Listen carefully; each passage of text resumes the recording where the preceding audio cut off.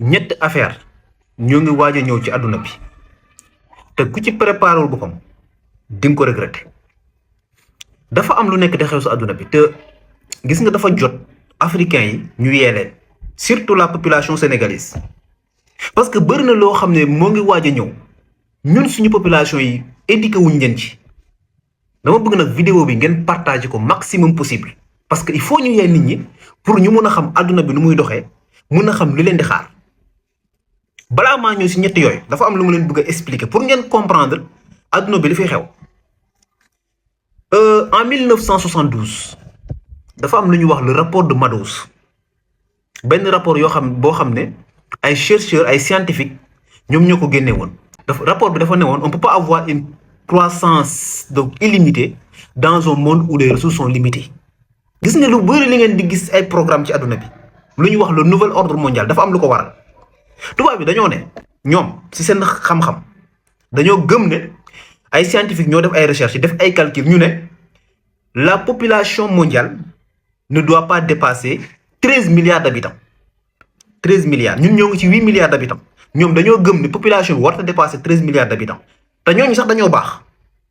boo demee ci le modèle de recherche bi nga xam ne Lotka ak Volterra ñoo ko bind ñoom ci seen calcul ak seen principe de recherche yi ñu teg dañoo ne ñun waruñoo dépasser sax 10,2 milliards d'habitants te lii ma leen di wax nag yarut sax ngeen di sonn boo leen amee tuuti seetlu di ngeen gis ne tubaab bi ñoo ngi teg ay programme pour wàññi population mondiale bi ngeen baal ma nag réalité la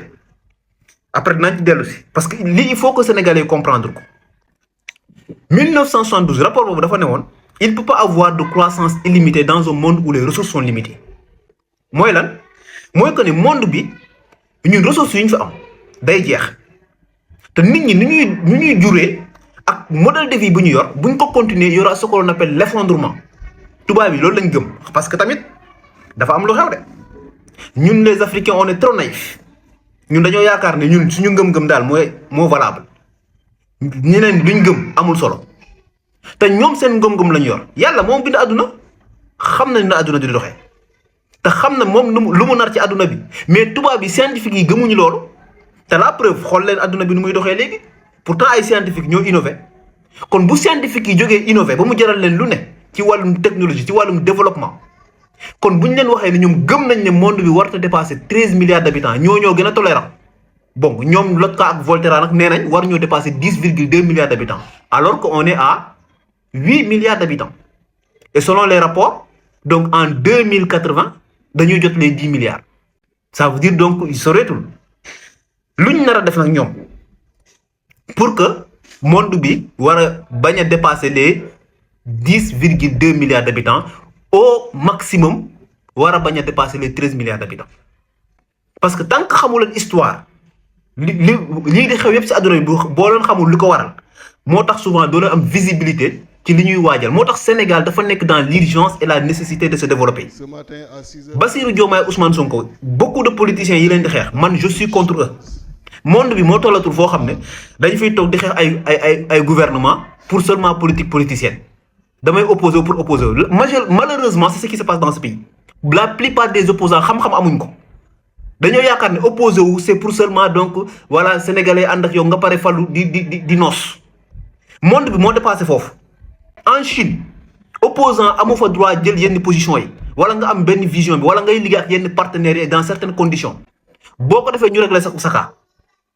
Afrique ngay gis koo xam ne nee na opposant la moom lépp lu muy wax pour yàqal gouvernement bi la même bu xamee ni lii mën naa sànq askan bi te loolu du réew ñun Afrique kese ñoo yor mentalité boobu les États-Unis bu xeex ensemble bu jotee dañu ànd xeex bu ñu paree ci seen biir nag mën nañoo reyante. Union européenne lu ñuy yées yépp ñoom fexe nañ ba ànd booloo yor benn vision chinois yi boo gisee ñu avancé ñoom benn vision lañ yor ils sont cohérents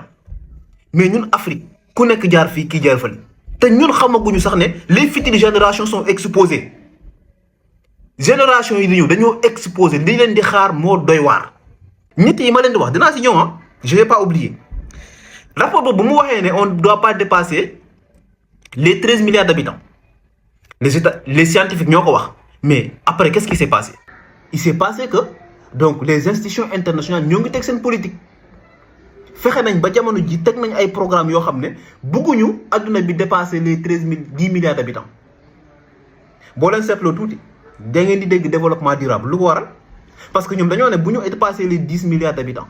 plus population bi di gën a bëri plus on va polluer te boo leen xoolee def ngeen ko la pollution dafay détruire la couche d'ozone boobu bu yàqoo moom mooy waral lu ñuy wax le réchauffement climatique mooy waral la sécheresse mooy waral l'effondrement des glaciers maanaam am na glaciers yoo xam ne ñooy gérer température ñooy équilibrer température adduna bi ne leen glaciers yooyu plus ñuy seey rek plus donc day impacter l'environnement moom la ñuy wax donc rareté donc de ce que l'on appelle de l'eau douce parce que ne nañ plus ñuy dem boo leen seetloo engrais yi ñu utiliser dafa commencé yàq suuf si moo tax la guerre de l'eau bleue maanaam guerru ndox am na dëkk yu bëri yoo xam ne ñoo ngi koy préparer parce que ndox bu baax ndox bu douce fu ñu jëm day raar lii ñoom ay études la ñuy def gëm ko nag yàlla nag moo am moom addunam mais nit ki boo nekk ci adduna moo am ay réalités yi muy doxee da ngay adapté wu xool noo xeexee loolu préparé wu ci loolu tey système financier bi moo ngi rey économie Afrique parce que ñun dañuy toog fu ñu toog rek ne yàlla béy sa tool système financier bi bokk na ci li nga xam ne tey jii nii moo lor Afrique les banques là bokk nañ ci li nga xam ne moo lor Afrique parce que ñun africains yi on est trop naïf on est toujours dans les futilités opposants yi nga xam ne dañuy ñëw jël seen programme teg loo xam ne xam-xam amuñ ko duñu wax xam-xam te xamuñ ne adduna bi dafa am fu mu jëm léegi nag gis nga ci système boobu la déjà tubaab bi commencé teg seen plan nee nañ dañoo créer ay multinationales boo tax boo dem leen ngeen gëstu entreprise bu ñuy wax BlackRock société bii nii dafa am ñetti entreprise yoo xam ne dañoo liggéey ensemble BlackRock Vanguard ak State Street ñetti société de gestion de fonds yu mag BlackRock lu mu yor ci alal mun na financer Sénégal pendant 1000 ans ils ont un poids financier de 10 000 milliards de dollars 10 000 milliards dem leen ngeen def ay calcul te benn entreprise la américaine société de gestion de fonds société boobu boo xoolee ni mu bindoo ak yeneen ñaari sociétés yi nga xam ne ñoom ñëpp ñoo bokk ay capital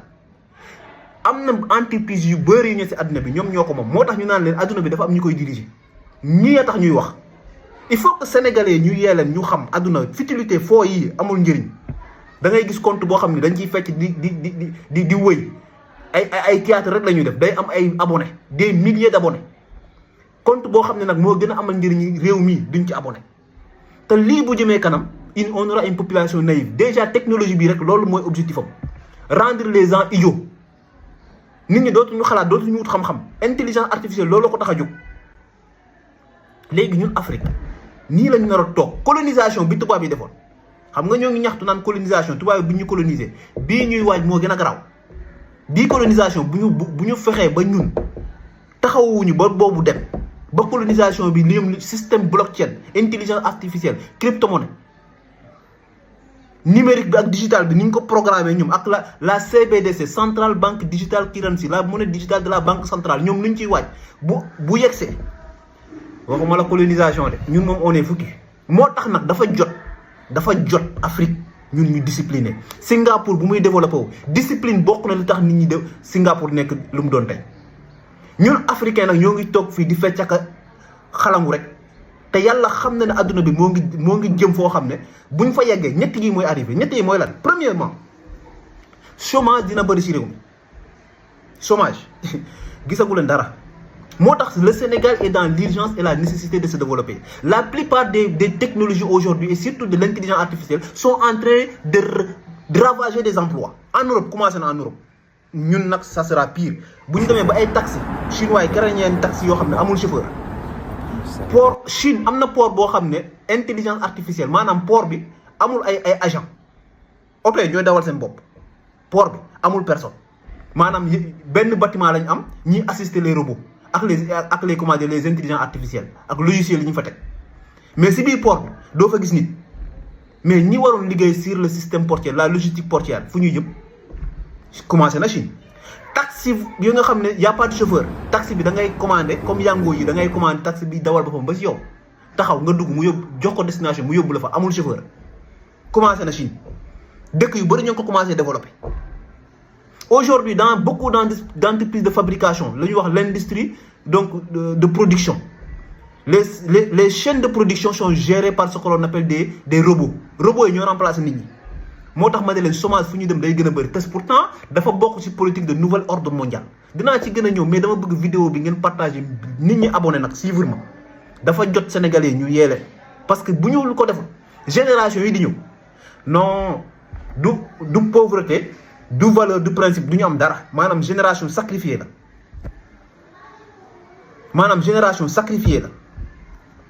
donc à part le chômage pauvreté day gën a bëri pauvreté nit ñi pauvre guñu dañuy wàññ le Sénégal est dans l'urgence et la nécessité de se développer Ousmane Sonko ak Bassirou Diomaye waruñoo échouer ñëpp a ci war a jàpp nag parce que ils sont en train de faire un excellent boulot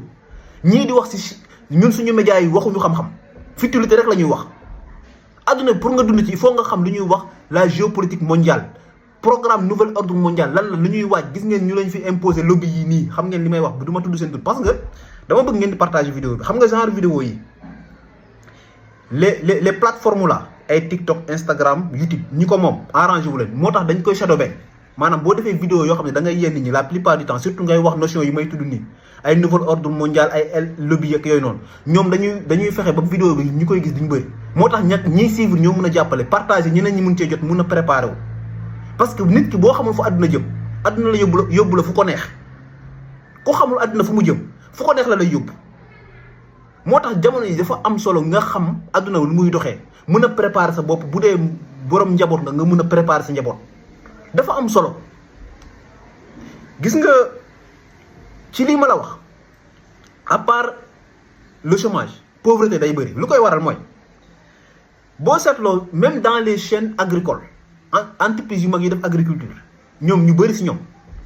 léegi dem nañ ba commencé nañ même Chine moom commencé na te gis nga li xew Chine day répartir dans le monde parce que la Chine a créé ce qu'on appelle un projet les nouvelles routes de la soie comment elle va faire pour dominer le monde imposer au monde sa propre politique moo tax africains yi dañuy nelaw de ku gëstu ba xam lii xew si adduna bi doo talata nelaw yow xam-xam da nga ko wuti di nga préparer sa bopp loo mën a def pour réussir da nga ko def xam-xam da nga ko wuti di nga préparer sa bopp loo mën a def pour réussir da nga ko def gis nga industrie yu bëri ñenn ñooy yor alalu adduna bi ñenn ci nit ñi ñooy yor alalu adduna bi di ko doxal boo dematee ba entreprise yu lëmb ay robot di fa daw toolu lëmb ay camions yoo xam ne ay nit duñ ko dawal moo fay nekk maanaam borom tool bi moom day commandé ay camions commandé léppam lancé moom kenn mën naa nekk milliardaire ña des di toog seen kër yi amuñu lu ñu liggéey loolu moo war a tax nag pauvreté day gën a bëri parce que lan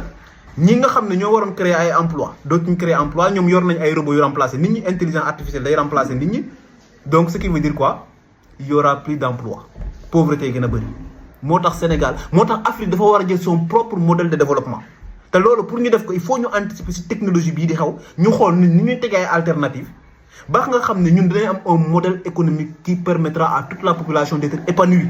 parce que nit ko xëy amul liggéey wala mu amul liggéey ñu dàq ko ci liggéeyam parce que intelligence artificielle moo ko remplacé kooku fu muy suturalee njabootam te loolu moo ngi ñëw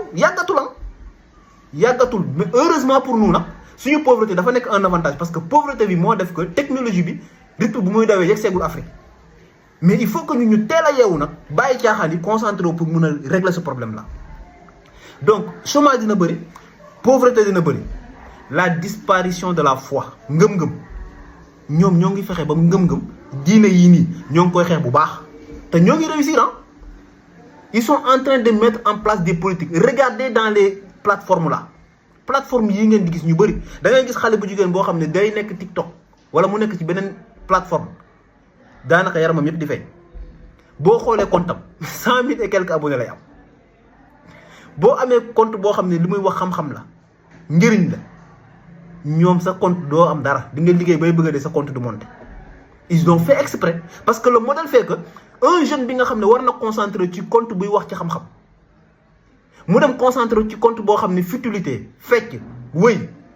ñuy wane seen yaram kooku lu muy xam kooku mën na nekk un ingénieur demain ce qui veut dire que ñun même suñuy projet yi ñu am nii bu ñu jógul si réseau yi nii si plateforme yi suñuy projet yu mag yi ñu am ëllëg ay chinois ki européens ñooy ñëw di ko defar parce que duñu ndaw ñi ñoo dul yulu xam-xam ba doon ay ingénieurs yu mun a développer projet yooyu parce que nit ki nga xam ne ndawam yépp ci futilité la koy passé fan lay nekkee ingénieur fan la yoree xam-xam bu mun a defar réew et pourtant ça est là. D'autres choses aussi mooy valeurs yi nga xam ne moom la ñuy défendre ñun suñuy principe ak suñuy valeurs ils sont en train de détruire ça et ils l'ont fait exprès et c'est un projet. tubaab bi boo leen xamee ni ñu tëggee seen système di ngeen xam ne billahi suñu leaders yi dañuy nelaw bu baax a baax. Ñun on a recensé plus de bon du ma tudd tur bi mais ay enjeux plus de 19 enjeux pour ne pas dire guerre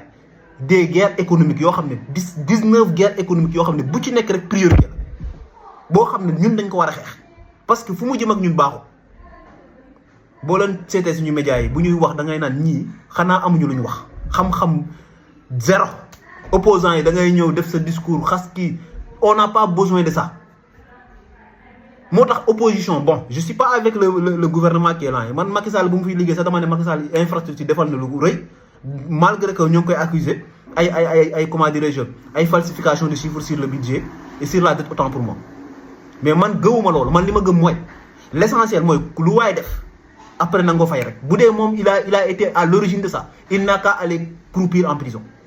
parce que réew mi kenn moomu ko. ñoom Ousmane Sonko ak Bassirou Diomaye yi fi ne bu ñu defee li Macky Sall bi def keneen bu ñëwee def leen ni ñu def Macky Sall fan àdduna tollu on n'est pas là avec des partis politiques non le monde est en train d'avancer une seule entreprise BlackRock bi ma leen wax dem leen ngeen gëstu ko une seule entreprise est en mesure de payer le budget d'un pays pendant des centaines d'années parce que moom doole financier am diggante na ko Afrique nag fa la toll il faut que ñun ñu xool ni ñuy def ba am ay multinationales yu mën a fexe ba suñu réew yi capitaux yi fiy génn des fi emploi yi nga xam ne si dans la chaîne de valeur à l'étranger la nekk des fii c'est ça l'économie et d'ailleurs le pire encore c'est que les futures générations bu ñu jógul ci lii c'est des générations yoo xam ne seen avenir doo xam fa nga koy waxee donc abonnez dans cette chaîne Reveco la chaîne de la révolution économique looloo ñu tax a jóg je n'ai jamais voulu parler de ça mais on m'a imposé à le faire parce que aussi dafay toll foo xam ne yéen nit ñi farata lay doon responsabilité lay doon loolu kese tax nag ñuy wax mais du leneen ñu leen di ñaan ngeen abonné et surtout partager la vidéo pour sensibiliser les Sénégalais ñun dama gëm ne Sénégal bu population bi amee information yi xam enjeu économique mondial dirigeants yi dinañ jël décision bu metti sax ñoom ñu ànd ak ñoom parce que xam nañ ni lii mooy defar démb ëllëg mais bu ñu amul information yi lu ndaw rek ñoom dañuy jël décision yoo xam ne du arranger réew mi alors abonnez partagez et surtout commentez boo leen gisee ne vidéo bi amal na leen njëriñ ñoo ngi leen di ñaan ngeen bind juste félicitation ñoo ngi leen di sant di leen gërëm.